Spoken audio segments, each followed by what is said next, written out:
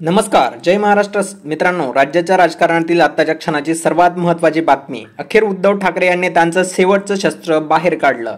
ठाकरे कुटुंबातील हुकुमी एक्का या तारखेला लॉन्च होण्याची दाट शक्यता. नेमकं झालंय काय ते सविस्तर आपण पाहूया.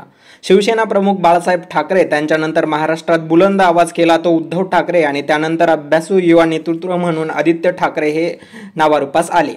त्यांनी लाखोच्या उपस्थितीत महाराष्ट्रभर सभा गाजवल्या. आता उद्धव ठाकरे त्यांचे दुसरे कनिष्ठ सुपुत्र तेजस ठाकरे हे लवकरच राजकारणात येणार असल्याची बातमी आहे आणि त्यांचं लॉन्चिंग हे कोकणातून म्हणजेच 2 दिवसाने कोकणात आदित्य ठाकरे, रश्मी ठाकरे व उद्धव ठाकरे यांची एक मोठी सभा होणार आहे.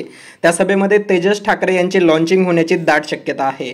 कोकण आणि शिवसेना यांचं नातं अतूट आहे. वर्षानुवर्ष हे एकमेकांच्या सोबत आहेत.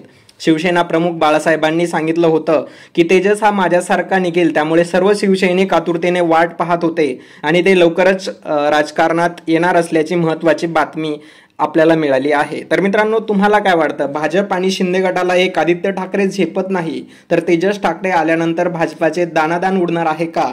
आपल्या प्रतिक्रिया कमेंट बॉक्समध्ये नक्की कळवा आणि आपल्या यूट्यूब चॅनलवर जर तुम्ही नवीन असाल तर आपल्या यूट्यूब चॅनलला सबस्क्राईब करा. तसेच सोबतचं बेल आयकॉन सुद्धा प्रेस करा, जेणेकरून अशाच नवनवीन व्हिडिओज आपल्यापर्यंत रोज पोहोचतील. आणि आपल्या मित्राला सुद्धा शेअर करा. जय हिंद, जय महाराष्ट्र. धन्यवाद.